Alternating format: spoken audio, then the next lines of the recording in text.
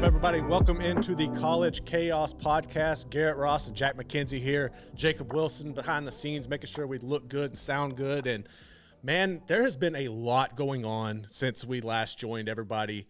You've had the transfer portal blew up. It's coming to a halt today. Recruiting has really started to pick up. You got my Twitter feed is just filled with recruits getting offers, pouring in. Taking visits, coaches, boots on the ground. And then I think last night, man, if you had an opportunity to watch K-State and Kansas men's basketball game, that was everything that is glorious about college athletics. Yep. Like, Kansas, look, all the credit into the world. They balled out. Wilson really balled out, but K-State stuck it to them, held out in the end. The inbounds play with the alley-oop. Jerome Tang just letting it be known. You got Jerome Tang turnaround. You've got a rivalry game. You've got overtime. Alley-oop. Oh, and who finished that alley-oop? The guy who had heart issues and collapsed on the court years ago in his comeback. You can't He beat is that. thriving now. Woo! It was really remarkable, man. And I just, that right there, when I was seeing that, I was like, this is why college sports are so special. And, we all know Jerome Tang from his time here at Baylor. Wish him the best of success going forward. But we got a lot of topics to get to. What you got? We didn't talk about the speech he gave after the game that gave me goosebumps. Dude, standing up on top of the scorer's table, and you got the crowd just all around you. You're bringing your players in, and then he lets them know. I promise you'd get one court storming. After this, expect to win. That Holy crap. is how you change a culture. That's how you set the standard in the bar, man. It was so impressive. And look, they're going to have a lot of success up there in Manhattan. The Big 12 is absolutely loaded. It's a gauntlet, night in, night out. But as far as our basketball goes today, we'll dive into the SEC. There's been a lot of mixed emotions, a lot of just off the court issues, some coaching. Like when you look at Calipari, there's so many question marks there in his future and where Kentucky's at as a whole. But we're also going to get into for better or worse. USA Today put out an article where it was like grading teams from last year, starting with A+ on down. And then you have articles out there talking about quarterbacks, returning quarterbacks. Yep. So me and you come up with the idea. We thought it'd be intriguing to look at some of the teams that where they ranked last year in the USA Today article with the quarterbacks you're returning. And are you going to be able to take a step forward? Or are you going to be able to go backwards? I think that's going to be a lot of fun. We'll get into that. We're also going to get into the Big Ten. We've touched a lot on the Pac-12. We've discussed their quarterbacks. We've touched on the Big 12 before. But I think there's a lot going on in the Big Ten. Kevin Warren is out. You have a lot of coaching changes going on. Luke Fickell coming in. They've been killing it in the transfer portal. Matt Rule, what he's been able to do with his staff. So we'll get into that as well. And then our last college football topic for the day is probably what's going to be my favorite, the best college football games from 2022. This is intriguing. And I know there's going to be a lot, and people can differ with us. And, look, a lot of these games, some of the ones we've chose are because we were there. We had an opportunity to see them in person. And we'll also get into some of our maybe honorable mention games per se as well. But before we do that, let's dive into this 2022 quarterbacks for better or worse. So we're looking at this article, and there's two teams that really jumped out to me. And while we can go numerous ways with this, but I think Kansas State is a really intriguing one, and also LSU. And when I look at this, Jack, I'm looking at Kansas State. They have a lot of talent that they lost last year. On this, they were ranked as an A team. They were 10-4, Big 12 champs. Both teams got A's. And Will Howard, I think, was really an intriguing story because Adrian Martinez came in as your starter, and at the end, Will Howard took over and just kind of took the reins and stole the show from them. And I just think that there's a lot of positives going forward for him, but the talent loss around him is where I'm concerned when you're looking at the Kansas State team. Yeah, I mean, you're losing Deuce Vaughn, you're losing Malik Knowles, and you're at a place that doesn't necessarily always have game breakers like that.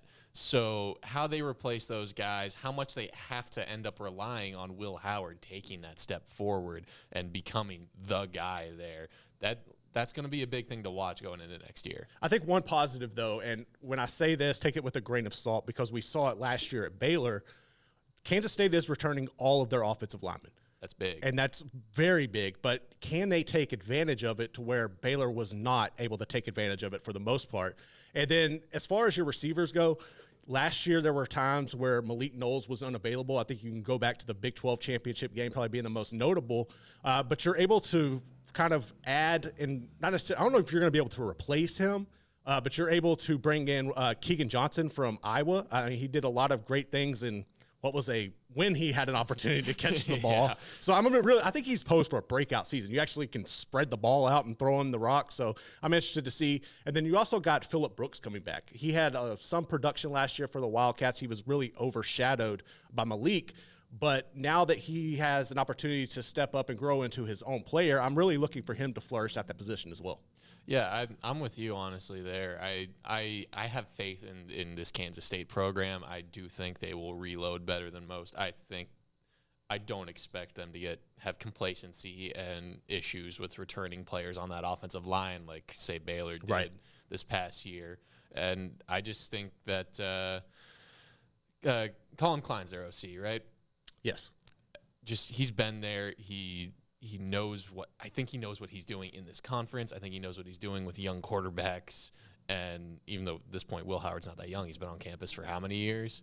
He's been there for a minute, man. Yeah. So, but yeah, I don't know why they didn't start Will Howard earlier this past year.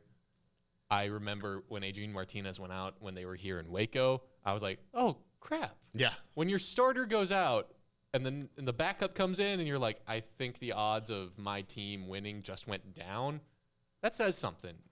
Well, I think his situation was different because coming in, I really didn't know what to expect. I thought he would obviously do better than Nebraska, and I think when you had the counterpart in Deuce Vaughn to kind of run the option, I think that's really what they were leaning on. But ultimately, they weren't able to spread the field, and that's what bit them. I hate to go down this route of like comparing to Baylor, but it's like Gary Bohannon and Blake Shapen. Oh yeah, Martinez was the Bohannon, and they stuck with him as long as they could make it feasible, and then injuries happened. Compared to Baylor, just straight up, Shapen won the job, but Shapen wasn't able to step up. Will Howard stepped up and took his team to the promised land. I'm not trying to take away the Big 12 championship from Shapen from 2 years ago, but point is, I think that Kansas State, honestly, I see a lot of parallels there, and I think Kansas State's going to take more advantage in this coming year than Baylor did this past year.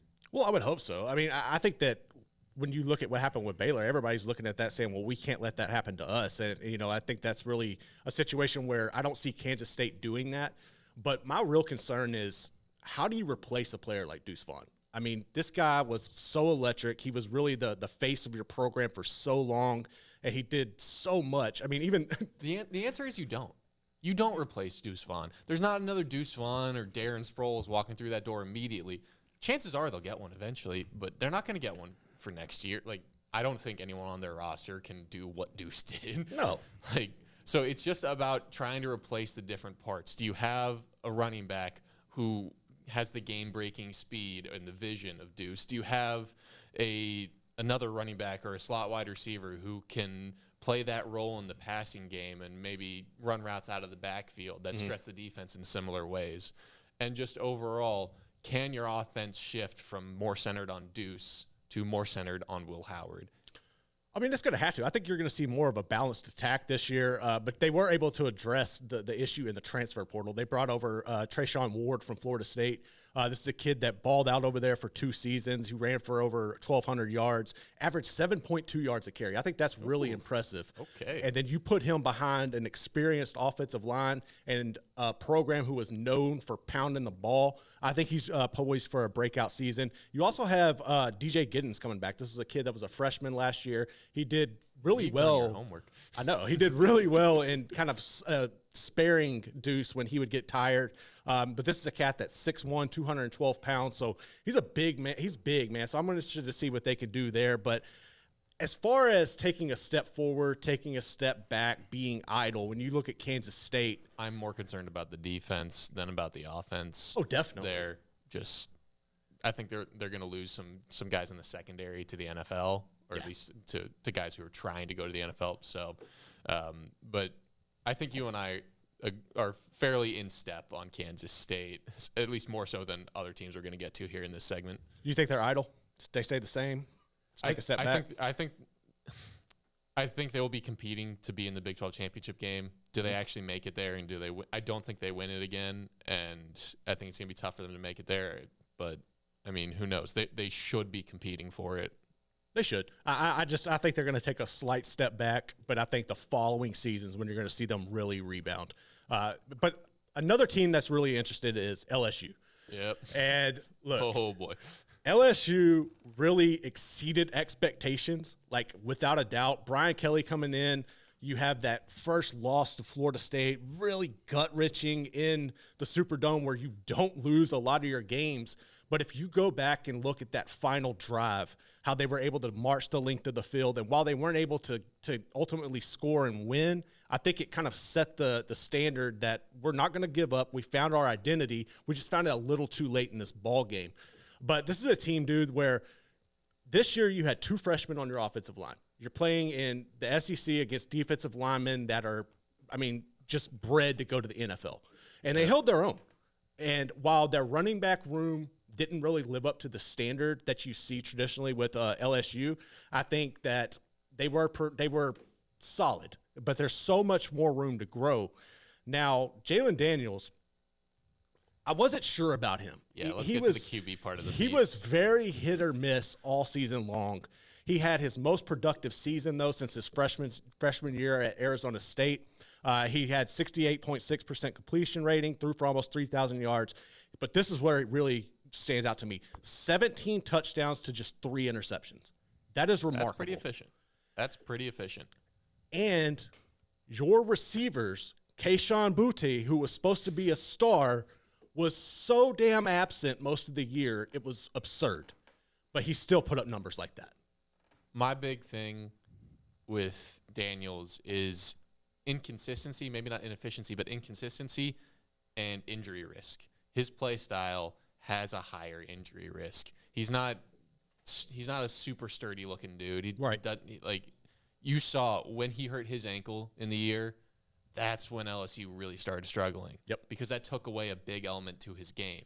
But I also think right there is that kind of goes back to what I was saying with the running backs. If you would have had your running backs playing like they used to, that could have alleviated some of that. And that also would have took pressure off of Daniels not having to run so much. Well, that gets me to my biggest thing is, does he – because I think Nussmeier's potential as a pocket passing quarterback, if you can get back to an LSU that has those running backs, that can run play action and doesn't need the running quarterback, doesn't need the quarterback who puts himself at great injury risk, getting outside the pocket, getting hit by these massive and powerful SEC linebackers and D linemen. Like, I question if Daniels is even going to end up being the guy at the end of the year next year for LSU. That's fair. I think Nussmeier. I've been able to cover in recruiting. I've been able to follow Nussmeier since he was at Flower Mound Marcus here in Texas, up in the Metroplex, and I've thought he would come out. I really was thinking he would be the starter this year. And then obviously they brought in Will Howard, who hit the portal and is now at Ole Miss, and that kind of garnered a lot of people's attention, leaning more towards Will Howard and kind of bypassing Nussmeier. And you got to be careful these days in situations like that, because they could have ran the risk of Nussmeier hitting the portal, and then if you get into a situation like this and Howard's gone, you're really screwed in your quarterback room. I don't think Nussmeier will win the quarterback competition. I think it'll be a lot closer than it was last season. I just feel like Jaden Daniels' experience this year and then having another offseason to grow off of it, I think it's only going to make him better. And I think it'll make Nussmeier better in the end, where he can, if he just stays patient and he takes the Max Duggan route, and he knows that after this year, I'm still going to have Mason Taylor, I'm still going to have all this talent around me, I could be the guy who in a couple years could help us win a national championship. He's just got to be patient with it. But I think coming into this season, Daniels is still going to be your starter. When I say I don't think Daniels is a starter at the end of the year, it's not necessarily because he gets beaten out. Injuries? I really am very concerned about the injury risk with him. And the way we kind of at least talked about the segment before the show, it was like, what teams are going to take that step up because they have the combination of already being a good team and having a good quarterback, which should both kind of like in step take that step up. and I don't see that in step part of it. That like I see you've got a really talented team with LSU, and then you've got two really talented quarterbacks, but I'm not sure if the consistency, the health, all of that's going to come together in the toughest conference in America for them to take a step up from 10-4. I think they will. Okay, and here's why I'm saying that. So I pulled up their schedule and I was looking. You're going to start the season against Florida State in Orlando, okay? I think that's going to be probably one of the best games of the year. Both of those teams are going to be riding high. That is a must-watch. I don't give a damn what conference, what team you're affiliated with. Yeah, let's put you and Paul Catalina in the same room. Dude, that's going to be money. That's going to be money, man. But, okay, so look at the schedule, though. It's a lot. It's so much more favorable for the Tigers this year. So after Florida State, you get Grambling, okay? And you go to Mississippi State. You have, unfortunately, a new coaching change, a lot of players coming in and out. We don't really know what to expect from the Dogs this season.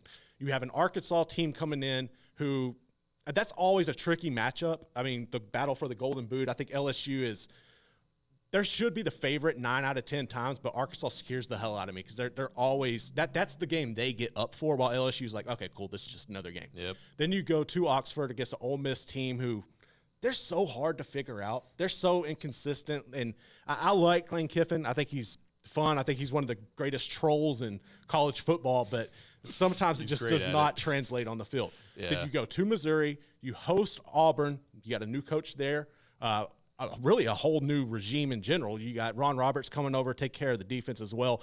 This game I do not like. October 21st, you're playing Army.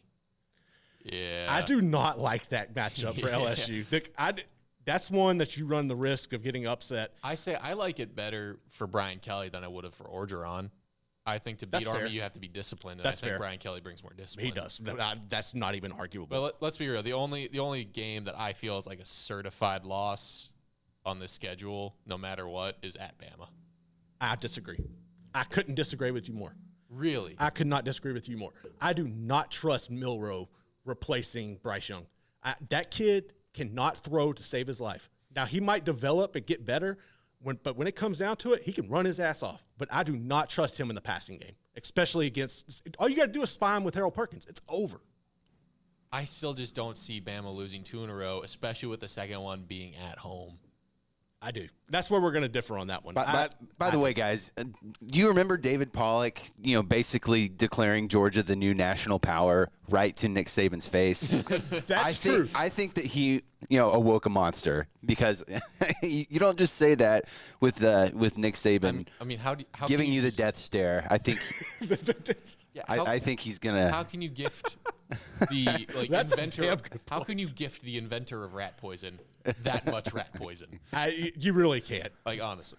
But that's one that's really intriguing for me. So take a look at this. You're right. This schedule does look very favorable for LSU. But if I may offer a worst case scenario, not worst, but worst case scenario, you drop the opener to Florida State. You're not ready. They are. And then you get snuck up on by one of Arkansas or Ole Miss. And then you lose to Bama.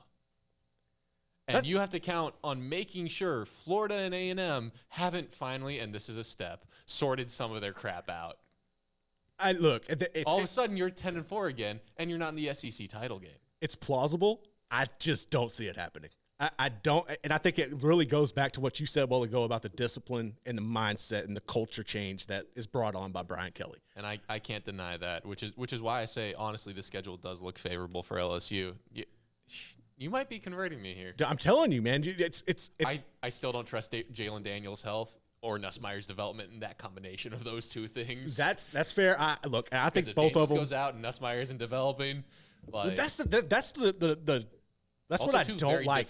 Exactly. When you have two totally different play styles between your starter and your backup, that can change the whole dynamic of your scheme, and that can really be the difference in an 8-win and a 5-win season if you want to get down to it. So unless LSU all of a sudden brings out a stud running back, which they could, they are in the state of Louisiana.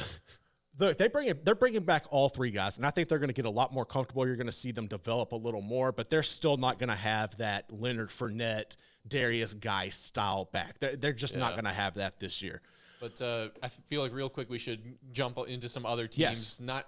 Not go into the depth, but number one on my list out of the other teams that I think are going to take a step up because of good QB play, Notre Dame. I think they're going to be competing for the playoff because Sam Hartman, he's just a good QB on a team that I think is going to be a pretty dang solid team.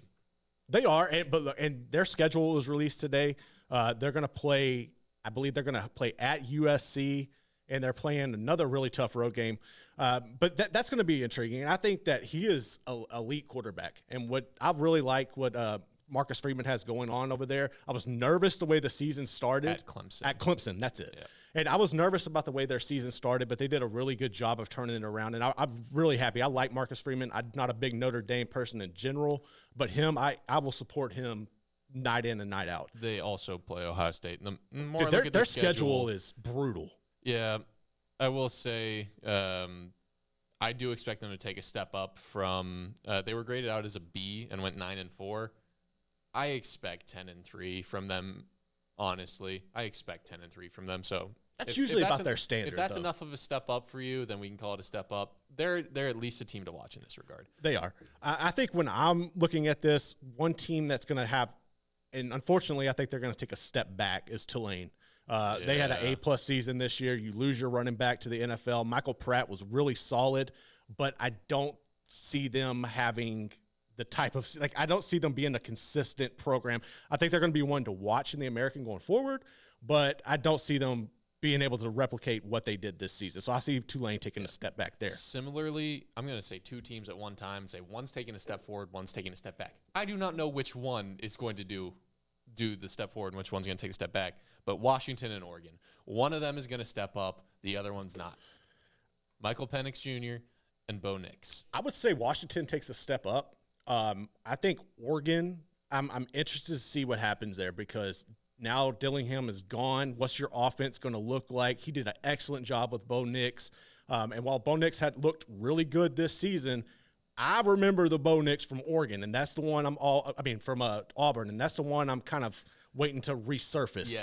Yeah, and if that happens this year, I would not be surprised. So looking at them, I think that Washington and Penix take a step forward. Oregon is about neutral or might take a step back. And then lastly, I think we should swing out to the other coast and look at North Carolina and Florida State. Florida State, I have probably too much confidence in them. I think Jordan Travis is going to take a step up. I think Florida State's going to take a step up. And it's really going to come down to, does Garrett Riley make the difference to keep Clemson on top in the ACC, or does Florida State go and take it this year? I think, I think Florida State might take it this year, but Clemson is definitely going to bounce back. And I know, Look, we were talking about Dabo kind of falling off, and I still stand by that. I think he does not like the transfer portal era. But I think he did a good job bringing in Garrett Riley and bringing back Jeff Scott. I think those are really the key elements to making Clemson get back to being Clemson. Yeah. Meanwhile, UNC and Drake May. Drake May is a top prospect. I don't know about UNC though. Look, man, it was a great story. He's going to be a tremendous NFL quarterback. I just see North Carolina being. They're just a basketball school that plays football next year. Yeah, it's tough. And Mac he's been a good coach through his entire career. I don't know if he can get them to where they want to be. Yeah, it's going to be interesting to see. But up next, we're going to get into the Big Ten. Who's going to replace Kevin Warren as the commissioner?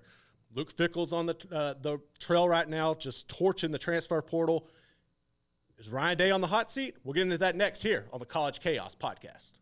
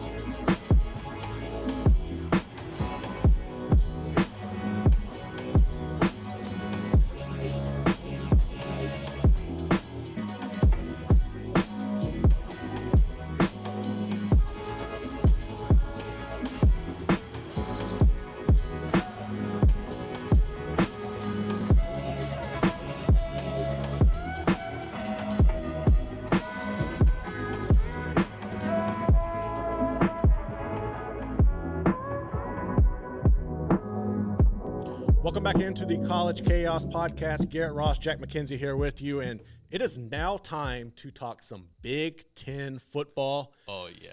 Let's get into the defense. Let's get ugly. A lot of punts. Let's go. Iowa all day. Woo! Okay, we can't start talking about the Big Ten without starting with Kevin Warren. Yep. He came in and completely changed the landscape of college football. Really just kind of bullied everybody. He was playing chess when other people were playing checkers. And then he leveraged that into becoming leading the Chicago, was the president of the Chicago Bears. Okay. That's like such a flex on so many people. It's ridiculous. But how do you replace a guy who did that? Like, do you want to be the guy who has to step in and fill the shoes left behind by Kevin Warren after he just did what he did to college athletics? I mean, you can look at it one of two ways. I feel like you can either look like, I have all of the toys and we've like got a good foundation. We're going to have some fun.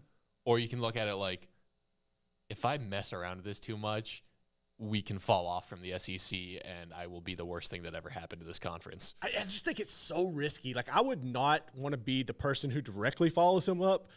Maybe let me be the second one. Like, you don't want to be the guy who followed up John Wooden or something. You know, you just there's a certain I don't put standard. Kevin Warren in that kind of atmosphere. Dude, man, what he did, I look, maybe I'm overblowing it. I just think what he did was so remarkable, such a landscape It was huge changing. for the conference. It was huge for the conference. It really was. And when the news came out, I was like, okay, one of the first names who popped in my head, and this happens just all the time, especially when it's regarding things up north, was like Oliver Luck. Like, this is definitely going to be, oh God, we're going to hear Oliver Luck again. Luckily, that name has not been brought up. Yeah.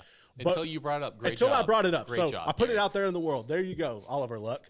So, but one name who is really at the top of the list is Jim Phillips, the ACC commissioner, which I think is really funny when you look back at the alliance and what Kevin Warren was kind of like, how he pulled the wool over his eyes and what they were able to do to the Pac-12 as well. But this is a Chicago native. This is a guy who is very familiar with the conference. He spent time at Northwestern. He's had some time at Notre Dame as well.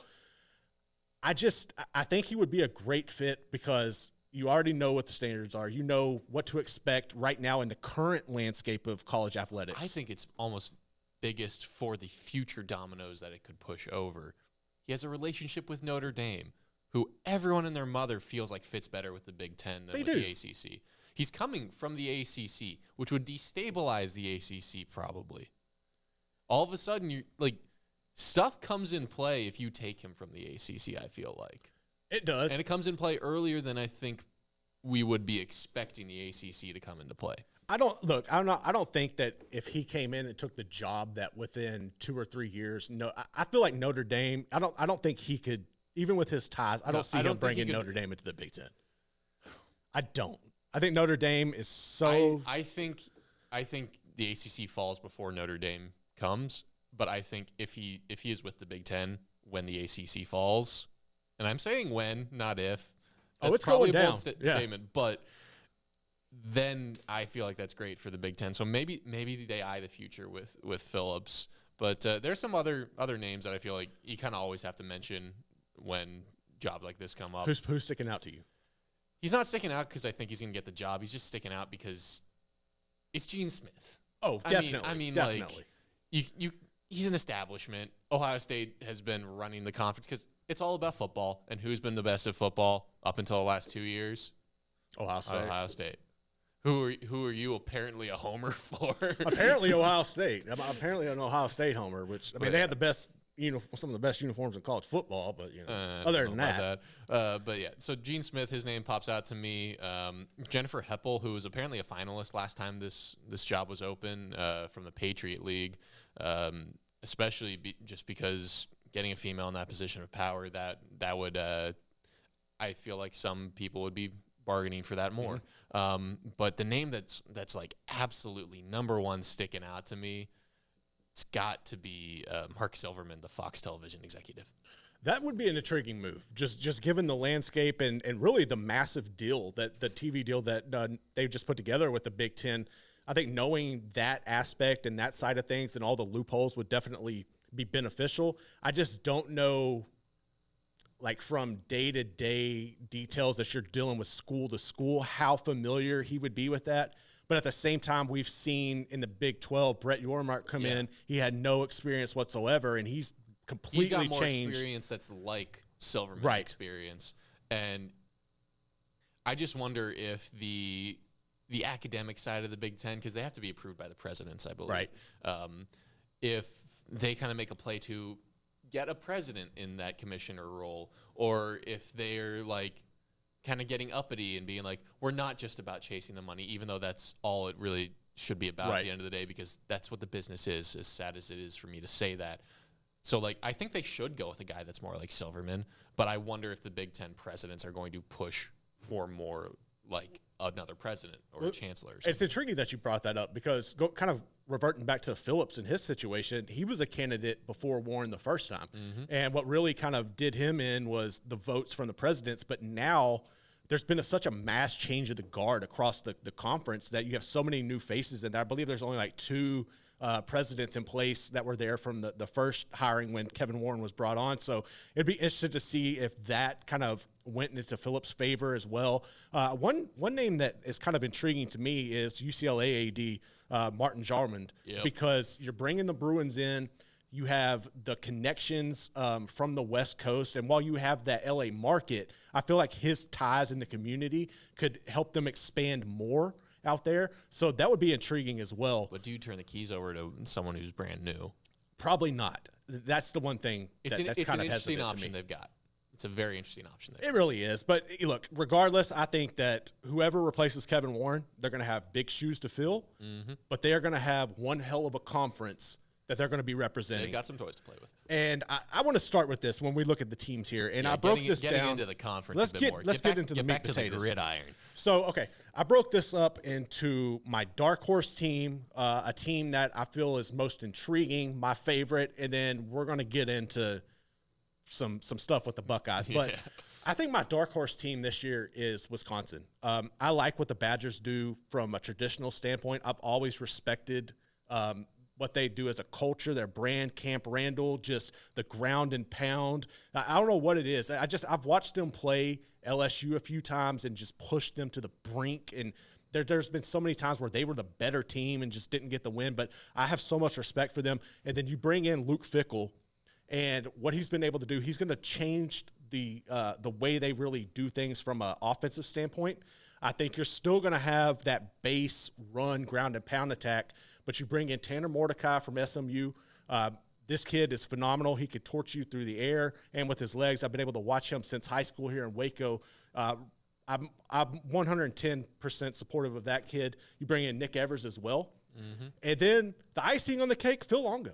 Yeah. You go bring Phil Longo in from North Carolina to be your OC. We talked about Drake May and his development, and what he's going to be able to do with Tanner and Nick Evers is going to be really remarkable. And for that reason, don't discount that. And I believe some of the guys on the 3 to 6 show said this yesterday, but Fickell is very well aware of how well Mordecai can play. Oh, hell He's yeah, faced he is. him the last few years. Yeah. And Longo definitely had every say in that transfer as well. Mordecai is the guy they want. Yeah. Like that's their dude. Handpicked from the portal. I think another thing that's going to give Wisconsin an advantage, over not necessarily over Michigan and Ohio State, but the rest of the field, in particular like a Penn State, is Luke Fickell's ties to the state of Ohio when it comes to recruiting. I think they're going to do a really excellent job of flipping or maybe stealing some of those guys who would consider going to Ohio State or definitely consider going to Cincinnati. I think they're going to do a good job of stealing that. I also think bringing in your players like Tanner and them is going to open the door to recruit Texas and get some of those skill players in a sense like Ohio State has done over the course of the past 5 or 6 years. I think that is much bigger for Wisconsin Absolutely than the Ohio stuff, especially since I feel like the recruits they'd be getting out of Ohio, they'd be taking off of Michigan State, Purdue, other Big Ten schools instead of taking them off Michigan and Ohio State. But Wisconsin, they're going to get the big uglies. They're going to get the linebackers. I think it's mostly about finding those skill position guys, getting good DBs, good wide receivers, and getting them from places like Texas. But I will say Wisconsin is a dark horse. I think I have every belief that they could win the Big Ten West. It's a weak division. I don't think that even Purdue, the reigning champ of the division, like they've got an interesting situation. We don't need to get into that today. We can get into it another time. I love Purdue, but I just don't see anyone as so convincing in that division to make me feel like Fickle can't come in and win it year one. But I still think they show up in Indianapolis and they get beaten. Yeah, and they get beaten by multiple scores. I mean, look, that's fair. I think they will. So when you say dark horse, I wouldn't be saying dark horse if you're talking about actually winning the Big Ten. I don't think they're going to win the Big Ten, but I think they can make it interesting. I really do. My most intriguing team's definitely got to be Nebraska. This is a team who really, since they've gone to if I could get Hard Knocks for Nebraska this year. Oh, my God, dude. Oh, boy. You would kill it. I just think that, look, once they went to the Big Ten and they lost their foothold from recruiting Texas, they've kind of become irrelevant. They made arguably the best hire that program has seen in really maybe since Osborne, bringing in Matt Rule. Matt Rule's a genius, and all you really got to do is check his track record. I know what happened in the NFL in Carolina didn't pan out the way things wanted to be, but we've seen that happen to numerous guys. You look at Nick Saban. He's the greatest college coach ever. It just didn't work out in the NFL. There are some guys who, as much as they might want to succeed in the NFL, their coaching style is just so much better suited to college. Yeah. And I fully believe Matt Rule is one of those guys. Absolutely. And there's nothing wrong with that, you know? And I think, look, you're going to have Casey Thompson coming back as a quarterback. You're also bringing in Jeff Sims from Georgia Tech. So that's going to be intriguing to watch the battle. I think Casey was kind of he was really I just really was not pleased with the way he played last year. He was so inconsistent. But I think Matt Rule and getting that system can really get the most out of him. But when it comes down to it, the ability to get back in the state of Texas and recruit at a high caliber. Matt Rule's in Waco today. He was at Midway High School earlier this morning recruiting. Oh, wow. Okay. And you brought in Dr. Susan Elza, who was the president of the UIL in Texas, which is the governing body for athletics, okay? She is coming on as your chief of staff. You also bring in one of the best high school football coaches in Texas, in Arlington Martin's Bob Wagner. And it's eerily similar to what we saw here in Waco, where you bring in Wetzel, Sean Bell, Joey McGuire. Matt Rule did such an excellent job of embracing the Texas High School Coaches Association. They welcome that man with open arms into any school. And you add Dr. Elza into the mix, he can get any player in Texas he wants. Almost. I mean, pretty close. Slow your roll there a little. Dude, but I'm telling you. I will say there are some upsides to Nebraska that, frankly, just don't exist at a place like Baylor. The culture, the history, the fan base, they're all a clear step above. Yeah. A clear step above. So I think, honestly, Rule might be further away from Texas, from the recruiting bit he really wants to hit, but he's got more to work with. He also brought in the boy wonder, Garrett McGuire. Like, dude, I think what he's been able to do there is so remarkable. And I'm not saying it's going to translate this season at all. In fact, I do not expect it to translate this season. If you look, Matt Rule's he usually takes about year 3 is when you really start to see it pop. And you know why it takes to year 3? It's because he comes in, he looks at all the upperclassmen, and he is like, if you don't do things this way, the right way, if you don't trust our process, you're not playing. Yeah. I will play these freshmen. They will be bad, but they will learn and they'll have that experience. So then in year 3, how much experience those guys that trusted his process and played and have that talent, the amount of experience they have, they will be scary in year 3. But this year, I expect some pretty decent growing pains. I think he will as well, but he also brings a fine balance of having fun and being disciplined. And that is a rare trait that he has that a lot of coaches really don't. My favorite let's get to your favorite. Michigan. We are running a little slow on the podcast today. My favorite is Michigan. I think Jim Harbaugh, obviously, that's a distraction year in and year out, the dance with the NFL. He is coming back. You bring back J.J. McCarthy, which he hasn't really had his established quarterback in his entire tenure there. You're going to have that this season. You bring back both of your running backs in Blake Corum and Donovan Edwards, which if Blake Corum was playing, we can say what it is. That TCU game might have been a little different. They're going to need to find a wide receiver. Bell's going to hit he's going to go to the NFL. Your offensive line, you lose 2 pieces. You bring back 3, and you've added 2 from the portal. Yeah, honestly, I don't have too many questions about Michigan on the field.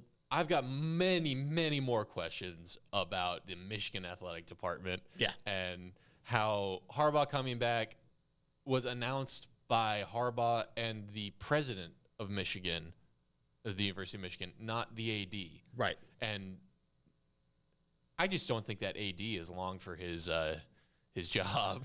It might not be. And at this point, Harbaugh is the Michigan guy. I think he'll get the pass more so than the AD. If they move on from the AD, does that make Harbaugh more stable, or is it still going to be every year flirting with the NFL?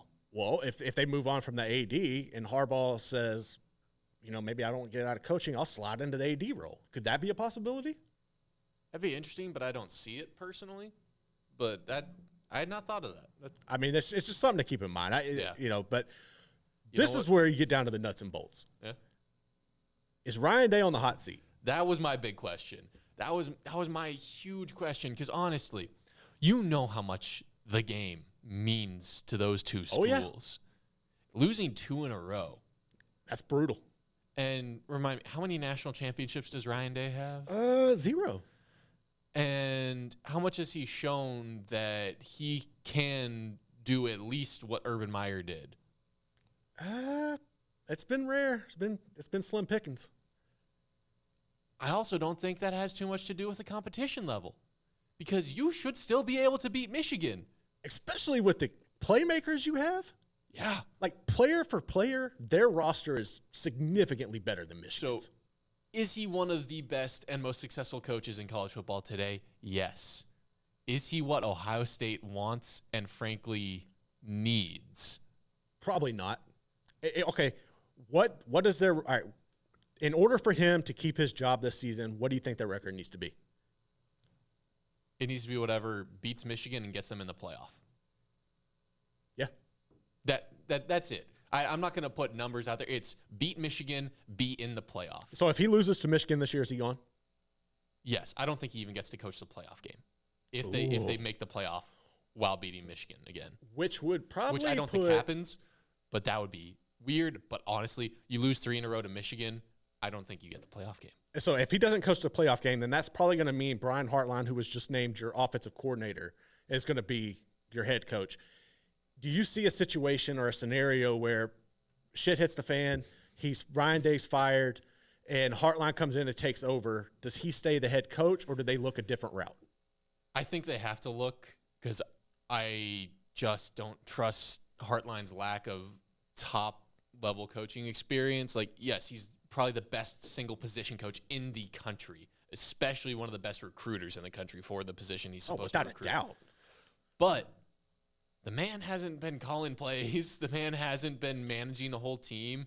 Like, and you're also replacing C.J. Stroud, which is not an easy task. Yeah.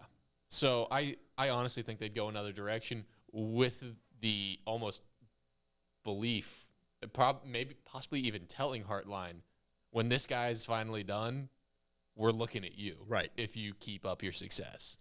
It's going to be interesting, man. And you also got Luke Fickell sitting over there in Wisconsin building it. If he has some success, it feels like you definitely feel he's going to get a call. We will look back at this offseason for the Big Ten and be like, oh, man, this was the start of a lot of stuff. You know what? I think you're really onto something there. And that's going to be one to keep an eye on. The Big Ten's always intriguing. Right now they're going to garner so much attention because of what Kevin Warren has set them up into the position to be. And it's going to be fun to watch. But, we're going to put a bow on this next. We're going to talk some hoops, and we're going to head out to the SEC. There's a lot of intriguing storylines out there, some good, some bad. But we're going to dive into that next here on the College Chaos Podcast.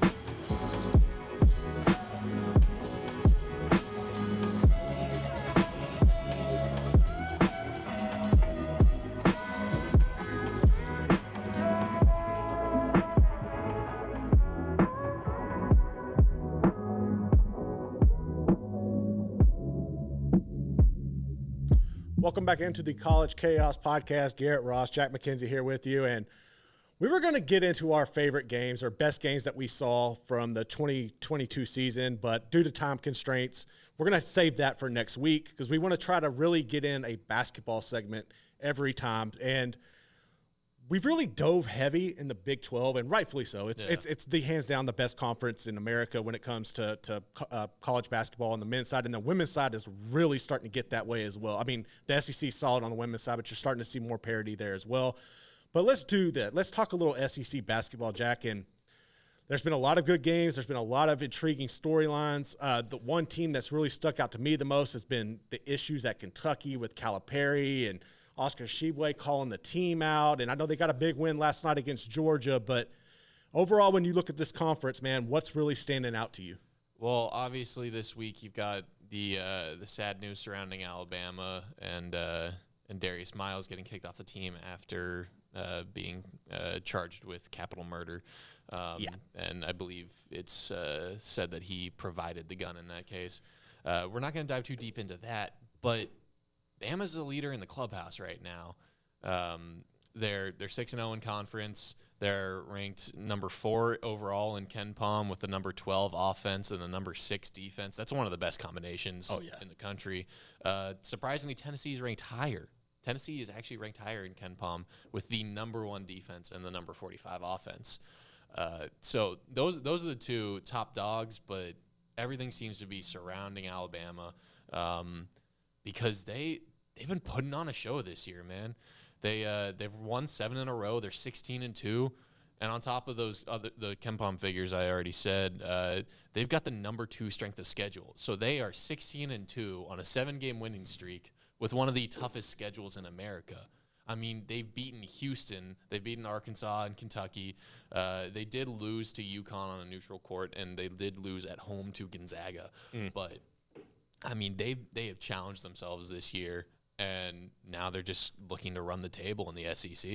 They are a fun team. I unfortunately watched them absolutely boat race LSU 106-66, and I really was just like, what the heck is happening here? Brandon Miller just went absolutely off. The Tigers had no answer for him, and I just think it's a testament to what they've been able to build there as a culture and a brand, and that's one where you got to keep Oates. Like, you can't afford to lose him. We talked about this last week. He's a hot commodity. He was my favorite for the Texas job, but I think that the unfortunate news from this week does put a little damper on that momentum in my mind, just because I'm not saying Nate Oates had any way of knowing or handling or anything to do with that. Just when stuff surrounds you, especially when Texas is getting out of the situation their previous coach got them in, it can be a little hairy. I think it's going to be more intriguing to look at how he rallies the troops, how he keeps the morale, and how he does not let that become a distraction, because that's something that is nobody wants to ever have to deal with all the way around. It's just a horrible situation. But if you can keep your team focused and you can still be able to play at a high level without one of your key players and be successful, then that's going to make you still a hot commodity. And I think that's going to kind of defer the maybe negative attention he's getting. But if you're Alabama, man, you have to do everything in your power to keep that man in Tuscaloosa. Yep. Raise the buyout, sign him to an extension, whatever you got to do, keep him there, because he's bringing in highly touted recruits. He's bringing in guys who want to run up and down the court, scoring the ball, playing exciting basketball. They've got the number 4 tempo in the nation, according to KenPom. It's ridiculous. Number 4. They scored 100+ on LSU. They just go. It's fun basketball. It can be a little sloppy at times, but it's exciting. And then you go and you see the other top dog in the SEC, and it's kind of the opposite. They slow it down a little more, and they've got the number 1 defense in the nation. When Tennessee and Alabama meet on checks notes February 15th, that's going to be a game that probably decides a lot in the SEC race for the regular season. As a basketball team, do you like the style, or what do you think the style benefits more nowadays? Is it that fast pace, or is it slowing it down, slugging it out, or is it just one of those where it's got to be matchup per matchup and any given night, that style could win. I think, given the nature, and this might sound like a cop-out, given the nature of referees in college basketball, you have to be able to play the ugliest, slowest game well. That's fair. You can always be slowed down, whether it's by the other team or by the refs. It is very tough to speed up a team that badly wants to play slow. Like, go try and speed up Virginia. Try and speed up Virginia. Yeah, you're not going to be able You're not going to speed up Virginia. No, they're going to go. They're going to play their pack line defense. Once you miss a shot, they're going to walk the ball up the court. They're going to get into their half-court set. They're going to take their time. It's just how it goes.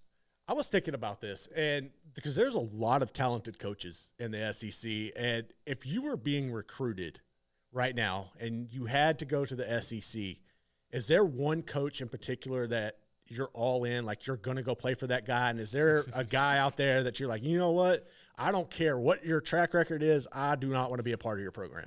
Nate Oates could be fun. I would personally stay away from Calipari. Oh, yeah. I just don't. No. Maybe it's just like a personality vibe thing. I wouldn't do Calipari. I think you mentioned before the show, Bruce Pearl is one you would stay away from. I'm not going near Bruce Pearl, and I'm not going near Calipari. I don't trust either one of those guys on or off the court. It took me a minute to figure out who. I was like, oh, wait, no, I'd play for him. But once I figured it out, I was like, yeah, I could see that. Buzz Williams. What? Yeah, Buzz Williams. Why? Why Buzz? The vibes are right, man. The vibes are just right with it. He's a hard-nosed guy, but he seems like he really loves the guys he brings in. He cares deeply. He seems like a good person trying to do his best and get the best out of his players. And overall, the style of basketball, I haven't watched A&M much this year, but the style I remember him having at Virginia Tech and bringing to Texas A&M is just, it's hard-nosed, but it's not too ugly. That's interesting. I think if it was me, I would probably have to lean. Well, Nate Oates is obviously. I'm going to take him out of it because he's probably. I would definitely go play for Nate Oates. I would play for Eric Musselman in a heartbeat. Yeah, Musselman's a good one. And Rick Barnes. Like, I think Rick Barnes got, like most Texas coaches, the raw end of a deal, and has kind of gone on to flourish. That man knows how to play, how to coach basketball. He knows how to win. He knows how to build a solid foundation, and he can put guys in the league. Those are the two that I'm looking at that I would definitely give some consideration, but I would not go to Kentucky and I would not go to Auburn. Garrett, I just got to ask, did Chris Beard get the raw end of any deal? That's the one exception of the coach. That guy got exactly what was coming to him. I'm just looking out for you because that dude got exactly what was coming to him. It's pretty fresh in the news, and I just wanted to have your back and clarify. Got exactly what was coming to him and probably needs some more. But looking back at Calipari and Kentucky, stuff just it hasn't seemed right there lately over the last few years. And I don't know if that's he's missing on recruits or people are getting tired of his shtick. I don't think that. Okay, so he's got the #1 recruiting class coming in next season. But the problem with them is really their offense. While they have shooters who can shoot the lights out, he's not putting them in position to get the open shots. And that's very interesting. I don't know what it is. I don't know if it's maybe his ego is getting in the way, but he needs to kind of relinquish the X's and O's over to somebody else. Maybe get some youth in there to kind of relate to the guys, because it's what's happening right now is not working. When you have some, you say all that, but over the last 4 years, including this year, he's only had an offense outside the top 25 in adjusted efficiency on KenPom once. Okay. But I feel like right now, when you look at the season, it's a bad look. It's starting to trend in the wrong direction. And if you go back and look at his track record, you've seen this happen over the course of his tenures everywhere he's been, whether it was at UMass or wherever else. It's always he wears thin on people you can only deal with Calipari and his ego for so long. I agree with that. I just don't see that coming to fruition in the offense. I see it coming to fruition more in recruiting. I see it coming to fruition. The end of the one-and-done era in college basketball is what I think has Kentucky and Calipari where they're currently at. He was thriving with one-and-dones. Thriving with guys who weren't there long enough to get worn down by him. Yeah, but that also led to them not having a consistent program year in and year out. Like you weren't able to build and sustain it. Like, it's cool. It's great that you're putting all these guys in the league and you have one title with all of that talent in 15 years. Mm-hmm. Like, dude, at some point you've got to look and say, I don't care about having a top 5 recruiting class for the rankings. I need to maybe have a top 15, top 20, but have people who can do their jobs. Because I think, like Scott Drew, what he's done. And and I'm a little nervous about that because I feel like he's kind of venturing off into these one and dones. It can be an even lower rated recruiting class, like fringe top 25, like Matt Painter. Absolutely. And he gets the guys he wants. He gets the guys who are right for his system, and they plug and chug. Choo-choo. Yeah, to me, it's got to be about the right fit. But the SEC is going to be intriguing. Here in a couple of weeks when you have the SEC Big 12 Challenge, I think it would be fun to really dive into that, kind of look at some of the matchups you're going to have going forward. We'll definitely get a better idea of where the SEC as a conference is at, comparing it to the best conference in the land. And frankly, it might expose some teams in the Big 12. Right. Might. I doubt it personally, but it's always we'll fun. See where it goes. It's always a good time when the SEC and the Big 12 get together on the hardwood. But that's going to do it for us today. We appreciate you listening to the College Chaos Podcast. Yeah, sorry we didn't get to the best games of last football season, but hey, tune in next time. It's going to be a good segment. We're going to get that to you next time. Be sure to go and follow College Chaos Pod on Twitter. You can find me at _Garrett Ross on Twitter. Jack, where can they find you at? At JackMac1998 on Twitter. Hit my boy up. Give him a follow. Jacob Wilson, you shooting the shield. What did y'all have last night? Last night we had RJ Ochoa on to talk a little bit about the Cowboys' win over the Buccaneers and looking at the matchup they got this week against the 49ers. We talked a little bit about the the landscape of the rest of the NFL going into the playoffs, that divisional round. We broke down the wild card weekend, and we did a little recast segment as well. It was Family Guy. Yeah, nice. Had a lot of fun. A little silly segment that we like to do every week, but. Yeah, Tuesdays at around 6:30. Tune into our Cowboys and NFL channels for Shooting the Shield with me and Tanner Carlson. Be sure to check that out. Also, you got the Bearcast every Tuesday going live at noon. 365 Sports in the evening. Yep. For the Bearcast, that's on our Baylor channel, Sikkim 365 on YouTube, and the main shows, obviously found on the main channel, 365 Sports. And get all your news on Baylor Bears at Sikkim365.com. But that's going to do it for us today. Until next time, holler out, everybody. Peace.